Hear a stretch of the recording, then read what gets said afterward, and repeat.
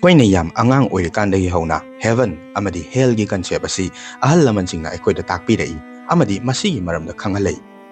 ꯑꯐꯕ ꯊꯕꯛ ꯇꯧꯔꯒꯅ ꯍꯦꯚꯟꯗ ꯆꯠꯂꯤ, ꯑꯗꯨꯒ ꯐꯠꯇꯕ ꯃꯤꯒꯤ ꯃꯥꯡꯅꯕ ꯇꯧꯔꯒꯅ ꯍꯦꯜꯗ ꯆꯠꯂꯤ ꯍꯥꯏꯕꯁꯤ ꯑꯩꯈꯣꯏꯒꯤ ꯀꯟꯁꯤꯌꯁꯅꯦꯁ ꯑꯁꯤꯒꯤ ꯃꯅꯨꯡꯗ ꯆꯨꯔꯒ ꯂꯩꯔꯕ ꯋꯥꯐꯝꯅꯤ꯫ ꯑꯗꯨꯕꯨ ꯑꯍꯜ ꯂꯃꯟꯁꯤꯡꯅ ꯑꯩꯈꯣꯏꯗ ꯈꯪꯍꯟꯕꯤꯔꯝꯃꯤꯕ ꯍꯦꯚꯟ ꯑꯃꯗꯤ ꯍꯦꯜꯒꯤ ꯀꯟꯁꯦꯞ ꯑꯁꯤ ꯖꯁ ꯑꯩꯈꯣꯏꯒꯤ ꯕꯤꯍꯦꯚꯤꯌꯔ ꯑꯁꯤꯕꯨ ꯀꯟꯇ꯭ꯔꯣꯜ ꯇꯧꯅꯕꯒꯤꯔꯥ ꯅꯠꯇ꯭ꯔꯒ ꯑꯁꯦꯡꯕꯒꯤ ꯂꯩꯕ ꯃꯐꯝ ꯑꯃ ꯑꯣꯏꯕꯖꯥꯠꯂꯥ? 1980s ꯃꯇꯝꯗ ꯁꯣꯚꯤꯌꯦꯠꯅ ꯇꯧꯈꯤꯕ ꯌꯥꯝ ꯁꯤꯀ꯭ꯔꯦꯠ ꯑꯣꯏꯕ ꯗ꯭ꯔꯤꯂꯤꯡ ꯄ꯭ꯔꯣꯖꯦꯛ ꯑꯃꯗ ꯀꯤꯂꯣꯃꯤꯇꯔ 15ꯃꯨꯛꯀꯤ ꯆꯥꯡ ꯇꯧꯊꯔꯛꯑꯀꯥꯟꯗ ꯏꯍꯥꯡ ꯍꯥꯡꯕ ꯌꯥꯝ ꯊꯥꯖꯗꯕ ꯁꯨꯛꯂꯩ ꯂꯩꯐꯝ ꯊꯣꯛꯇꯕ ꯃꯐꯝ ꯑꯃ ꯊꯦꯡꯅꯔꯝꯃꯤ꯫ ꯃꯐꯝ ꯑꯁꯤꯗꯒꯤ ꯒ꯭ꯌꯥꯟ ꯃꯦꯟ ꯇꯥꯗꯕ ꯃꯈꯣꯜ ꯃꯌꯥꯝ ꯑꯃ ꯑꯃꯨꯛ ꯍꯦꯛ ꯊꯣꯛꯂꯛꯄꯗꯒꯤ ꯁꯥꯏꯟꯇꯤꯁꯁꯤꯡ ꯑꯗꯨꯅ ꯁ꯭ꯄꯤꯁꯤꯌꯦꯂꯥꯏꯖ ꯃꯥꯏꯀ꯭ꯔꯣꯐꯣꯟ ꯊꯥꯗꯗꯨꯅ ꯇꯥꯔꯨꯕꯗ ꯈꯨꯗꯛ ꯑꯗꯨꯗ ꯁꯥꯏꯟꯇꯤꯁ ꯑꯃꯗꯤ ꯀ꯭ꯔꯤꯎ ꯑꯌꯥꯝꯕ ꯄ꯭ꯔꯣꯖꯦꯛ ꯑꯗꯨꯕꯨ ꯃꯈꯥ ꯇꯥꯅ ꯇꯧꯕ ꯉꯝꯃꯔꯣꯏ ꯍꯥꯏꯗꯨꯅ ꯃꯐꯝ ꯑꯗꯨ ꯊꯥꯗꯣꯛꯇꯨꯅ ꯆꯠꯈꯤ꯫ ꯑꯗꯨꯒ ꯄ꯭ꯔꯣꯖꯦꯛ ꯑꯗꯨꯕꯨ ꯃꯈꯥ ꯆꯠꯊꯗꯨꯅ ꯂꯩꯍꯧꯔꯤꯕ ꯃꯤꯑꯣꯏꯁꯤꯡ ꯑꯗꯨꯗꯤ ꯃꯪꯒ ꯆꯞ ꯃꯥꯟꯅꯔꯕ ꯊꯧꯗꯣꯛ ꯀꯌꯥ ꯑꯃ ꯊꯦꯡꯅꯗꯨꯅ ꯉꯥꯎꯕ ꯐꯩꯕ ꯇꯧꯔꯛꯄ, ꯃꯦꯃꯣꯔꯤ ꯃꯥꯡꯈꯤꯕꯅꯆꯤꯡꯕ ꯀꯌꯥ ꯑꯃ ꯇꯧꯔꯝꯃꯤ꯫ ꯃꯁꯤꯒꯤ ꯍꯣꯜ ꯑꯁꯤ ꯔꯁꯤꯌꯟꯁꯤꯡꯅ ꯋꯦꯜ ꯇꯨ ꯍꯦꯜ ꯍꯥꯏꯅ ꯈꯪꯅꯔꯝꯃꯤ꯫ ꯃꯌꯥꯝꯗ ꯉꯁꯤ ꯑꯩꯅ ꯂꯤꯖꯔꯛꯀꯗꯧꯔꯤꯕ ꯋꯥꯔꯤ ꯑꯁꯤꯗꯤ 1980s ꯃꯇꯝꯗ ꯁꯣꯚꯤꯌꯦꯠꯅ ꯇꯧꯈꯤꯕ ꯗ꯭ꯔꯤꯂꯤꯡ ꯄ꯭ꯔꯣꯖꯦꯛ ꯑꯃꯗ ꯍꯦꯜ ꯊꯦꯡꯅꯩ ꯍꯥꯏꯕꯒꯤ ꯋꯥꯔꯤ ꯑꯗꯨꯅꯤ꯫ ꯉꯁꯤꯒꯤ ꯋꯥꯔꯤ ꯑꯁꯤ ꯍꯦꯛ ꯑꯍꯥꯟꯕ ꯇꯥꯕ ꯃꯇꯝꯗꯗꯤ ꯐꯥꯒꯤ ꯃꯥꯟꯕ, ꯄꯨꯡꯍꯥꯏꯗ ꯍꯥꯏꯖꯤꯟꯕ ꯋꯥꯔꯤ ꯁꯣꯏꯗꯅ ꯃꯥꯟꯒꯅꯤ꯫ ꯑꯗꯨꯕꯨ ꯋꯥꯔꯤ ꯑꯁꯤꯒꯤ ꯄ꯭ꯔꯨꯐ ꯐꯖꯅ ꯂꯩꯕꯅ ꯃꯤꯌꯥꯝꯅ ꯍꯧꯖꯤꯛ ꯐꯥꯎꯕ ꯊꯥꯖꯅꯔꯤꯕ ꯋꯥꯔꯤ ꯑꯃ ꯑꯣꯏꯔꯤ꯫ ꯑꯗꯨꯅ ꯃꯌꯥꯝꯁꯨ ꯋꯥꯔꯤ ꯑꯁꯤ ꯂꯣꯏꯕ ꯐꯥꯎꯕ ꯇꯥꯗꯨꯅ ꯉꯁꯤꯒꯤ ꯊ꯭ꯔꯤꯂꯤꯡ ꯑꯣꯏꯕ ꯋꯦꯜ ꯇꯨ ꯍꯦꯜ ꯍꯥꯏꯔꯤꯕ ꯇꯣꯄꯤꯛ ꯑꯁꯤꯒꯤ ꯃꯇꯥꯡꯗ ꯏꯟ ꯗꯤꯇꯦꯜꯁꯇ ꯈꯪꯃꯤꯟꯅꯔꯁꯤ꯫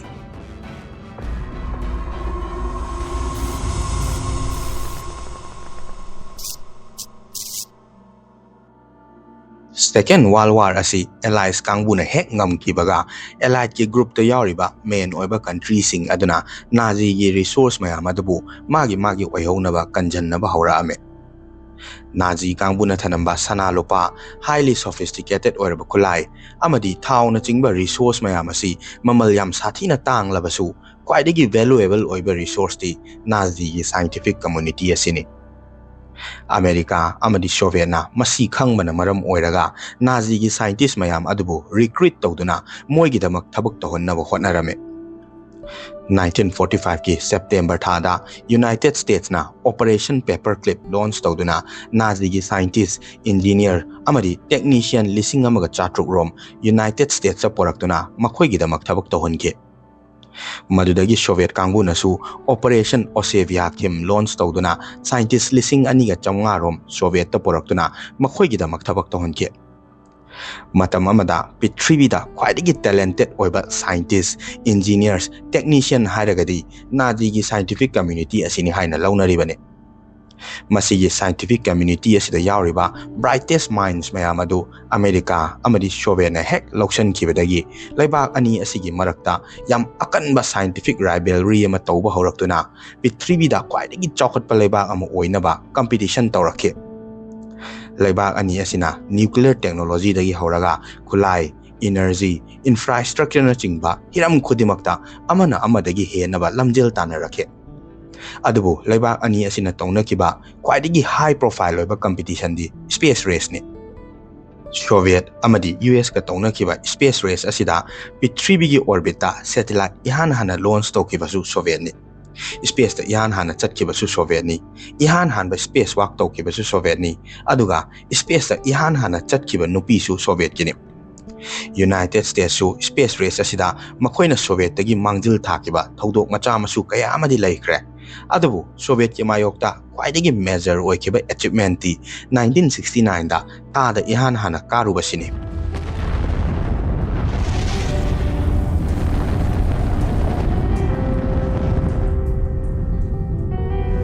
That's one small step for man, one giant leap for mankind. ꯃꯁꯤꯒꯤ ꯃꯪꯒꯨꯝꯂꯕ ꯊꯥꯖꯕꯗ ꯋꯥꯔꯒꯗꯕ ꯑꯦꯆꯤꯞꯃꯦꯟ ꯃꯌꯥꯝ ꯑꯁꯤꯅ ꯃꯔꯝ ꯑꯣꯏꯔꯒ ꯂꯩꯕꯥꯛ ꯑꯅꯤ ꯑꯁꯤ ꯍꯦꯟꯅ ꯑꯇꯣꯞꯄ ꯍꯤꯔꯝ ꯀꯌꯥ ꯑꯃꯗ ꯑꯦꯛꯁꯄ꯭ꯂꯣꯔ ꯇꯧꯅꯤꯡꯕ ꯐꯥꯎꯔꯛꯇꯨꯅ ꯑꯅꯧꯕ competition, race to the centre of the earth ꯍꯥꯏꯕꯗꯤ ꯄ꯭ꯔꯤꯊꯤꯕꯤꯒꯤ ꯃꯌꯥꯏꯗ ꯌꯧꯕ ꯉꯝꯕ ꯏꯍꯥꯟ ꯍꯥꯟꯕ ꯂꯩꯕꯥꯛ ꯑꯃ ꯑꯣꯏꯅꯕ ꯀꯝꯄꯤꯇꯤꯁꯟ ꯑꯃꯁꯨ ꯇꯧꯕ ꯍꯧꯔꯛꯈꯤ꯫ ꯑꯃꯦꯔꯤꯀꯥꯒꯤ ꯏꯍꯥꯟ ꯍꯥꯟꯕ ꯄ꯭ꯔꯤꯊꯤꯕꯤꯒꯤ ꯂꯩꯅꯨꯡ ꯌꯧꯅꯕ ꯇꯧꯈꯤꯕ ꯗ꯭ꯔꯤꯂꯤꯡ ꯄ꯭ꯔꯣꯖꯦꯛ ꯑꯗꯨꯅ ꯄ꯭ꯔꯣꯖꯦꯛ ꯃꯣꯜꯍꯣꯜ ꯍꯥꯏꯅ ꯀꯧꯔꯝꯃꯤ꯫ ꯃꯁꯤꯒꯤ ꯄ꯭ꯔꯣꯖꯦꯛ ꯃꯣꯜꯍꯣꯜ ꯑꯁꯤ 1961ꯗ ꯄꯦꯁꯤꯐꯤc Oceanꯗ ꯇꯧꯈꯤꯕ ꯑꯃꯦꯔꯤꯀꯥꯒꯤ ꯏꯍꯥꯟ ꯍꯥꯟꯕ borehole drilling ꯄ꯭ꯔꯣꯖꯦꯛꯅꯤ꯫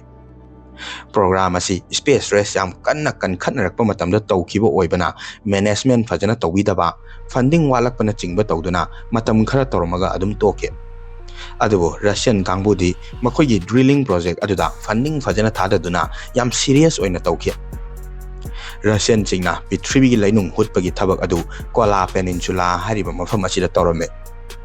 ꯃꯁꯤꯒꯤ ꯀꯣꯂꯥ ꯄꯦꯅꯤꯟꯁꯨꯂꯥ ꯍꯥꯏꯔꯤꯕ ꯃꯐꯝ ꯑꯁꯤꯗ ꯇꯧꯈꯤꯕ ꯀꯣꯂꯥ ꯁꯨꯄꯔꯗꯤꯞ borehole ꯍꯥꯏꯅ ꯈꯪꯅꯕ ꯗ꯭ꯔꯤꯂꯤꯡ ꯄ꯭ꯔꯣꯖꯦꯛ ꯑꯁꯤ ꯄ꯭ꯔꯤꯊꯤꯕꯤꯒꯤ ꯂꯩꯅꯨꯡꯗ ꯀꯤꯂꯣꯃꯤꯇꯔ 12 ꯍꯦꯟꯅ ꯇꯧꯊꯔꯕ ꯈ꯭ꯋꯥꯏꯗꯒꯤ ꯗꯤꯄꯦꯁ ꯑꯣꯏꯕ ꯍꯣꯜ ꯑꯃꯅꯤ ꯍꯥꯏꯅ ꯍꯧꯖꯤꯛ ꯃꯤꯌꯥꯝꯅ ꯈꯪꯅꯔꯤ꯫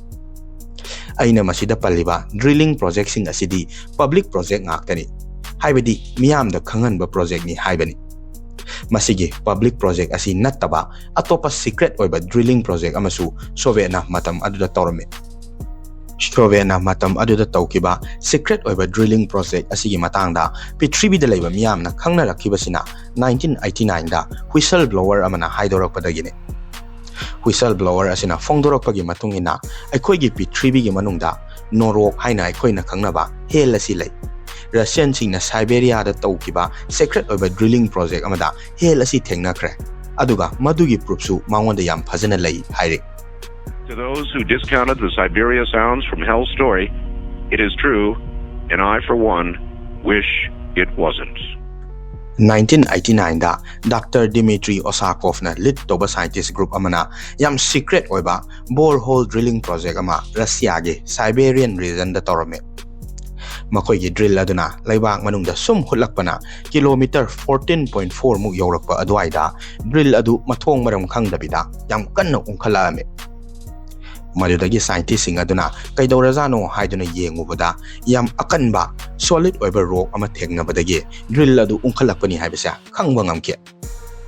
ड्रिल अदुना मिनट मंगा मुक याम कन्ना उंगब मतुंगदा सॉलिड ओइबा रोक अदु फाउदतुना हेक चंगखिबगा इहांग हांगबा सुरुंगी टाइपटा तौबा याम चावबा होलो एरिया अमा लेरंबा थेंगनाखि मसिगी होलो एरिया असी आर्ट की जियोलॉजिकल फॉर्मेशन गे मतुंगिनदी लाइफम सुथोक थोकतबा मफम अमनि साइंटिस्ट सिंग अदुना मखोइगी प्रोजेक्ट अदु ngahak leptuna drill adu surface ta pukhalakpa matamdadi mai manungda lawrubagi type ta ngakchang ngangaga leramba thengnakhi tawriba mong adu scientist sing aduna khallubagi wangmada yam unexpected oiba thong amani maramdi makhoigi drill aduna yawruriba kilometer 15 muki chang aduda art ki temperature asi 100 degree gumba natraga yamabada 150 degree gumba compulsory oigadogani अदबो मखोइगी instrument अदुगी reading अदुददी मफम अदुगी temperature अदु का हेन साबा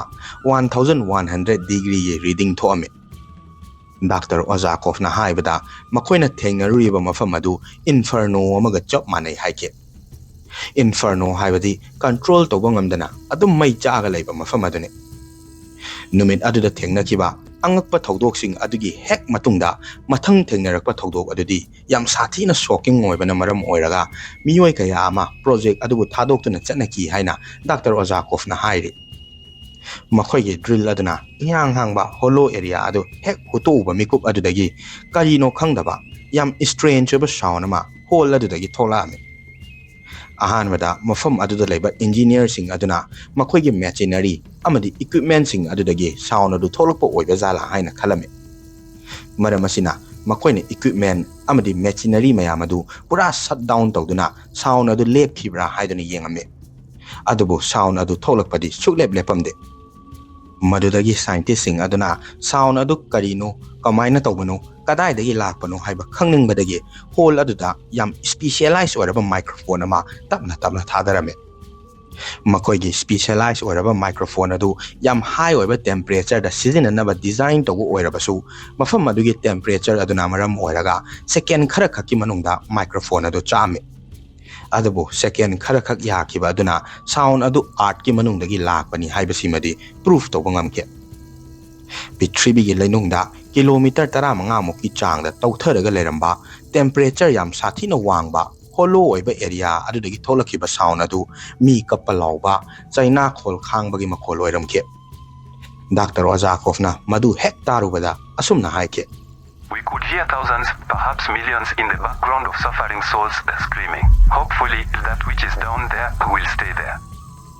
Dr. Azzacov na makoina drill tawbada thegnaruriba mafam adu helni haina thazarame. Hole adudagi tholakpa Mikap Miraokhol gi sound adu tarubada project aduda yawba scientist amadi crew tangkhai amadi toke.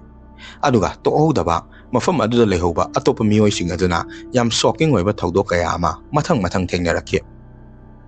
Numit adugi numidang athengmada hole adudagi maikhuga manaba gas mayam ama paithораktuna yam chawba masa panba demon namagi safe oina form toraktuna I have conquered haiba wai asi tharakpa job site aduda lehoba mioi sing aduna thengnarame. Madu urubada mafam aduda leiba mioi sing adu kiman khibana koichen chenarame. Ngahak tangduda mafam adugi atmosphere adu yam charangnaba fibam madalaike. Madudagi mafam aduda leiba medical staff singda Russia gi men in black haina su khangnaba KGB kangbudagi call malake. Makoina medical staff sing aduda thodok adubu ohoba mioi kudimak makoigi short term memory adu erase tokinaba manghan kinaba sedative drugs makhalama kapsallo haiduna instruction pirake. Sovena masiguma drug asi hanadagi hauna makoina experiment toba mioi kaya amada sijinaraga lai haibasidi documentation fajana tawraga lairaba asengba wafamne. Ngasigi well to hell hariba wari asi haidorakiba whistle blower adu medical staff sing adugi manungda yawba mioi ni haina mahakna haijari. Adubu mahakna hariba thajabada waragadaba thodok mayam asigi proof ti Leibajatla. Yes, 17 seconds sangba hell ni hariba hole manung adudagi tholakpa mioi kaya amana China khol khangbagi mongda koi law bagi audio recording adu lay. I'm not going to read the full article about the 9-mile hole. I'm not going to do it. I'm just going to read the email that I got last night along with what I received. This horrendous sound. Now I've got a clean copy of it now, and I warn you, this could scare you. Masigi well to hell hariba Russia da thokiba wari asi whistleblower aduna haidorakpadagi miyamna khangnarakpadi kuire. Aduga thodok asigi matangda major oiba news channel kaya amana pau phongkibasu lairabane. Adubu matam adudadi mioi amatana audio recording adudi tadri. Maramasina masigi wari asi major news channel singda pau oina phongkhrabasu kanamtana thajabiramde. Adubu 1998 ta paranormal radio show Coast to Coast AM gi host Art Bell da masak maming takthok mioi amana topic asigi matangda email ama tharake. Email asida hairakpagi matungina well to hell hariba wari asi asengbani government wari asi sengdabani tongani haina utnaba yam kanna honari adubu wari asidi 100% asengbani hairake. Aduga mahakna hariba sigi proof oina audio recording adu email aduda attach tawsanduna thara ame. Madudagi Art Bell na magi show asibu tariba listener mayamda warning piraba matungda quite infamous oiba audio recording asi live show aduda thadorake. I warn you, what you are about to hear is very disturbing indeed.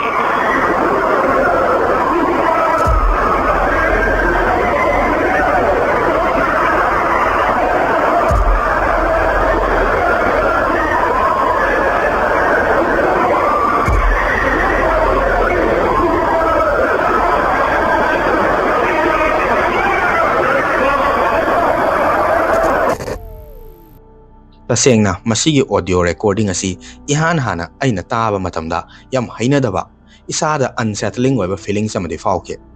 Adubu isa ithanda masibu chumba jalane haina wang amadi hangjarame.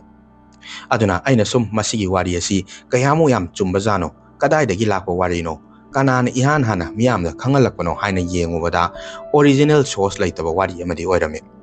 Haibadi ihan hana masigi wari asi Trinity Broadcasting Network na 1989 da miyam da release torake. Makoina scientists discover hell haiba wahai asina headlines oiduna television amadi print media singda wari asi broadcast torame.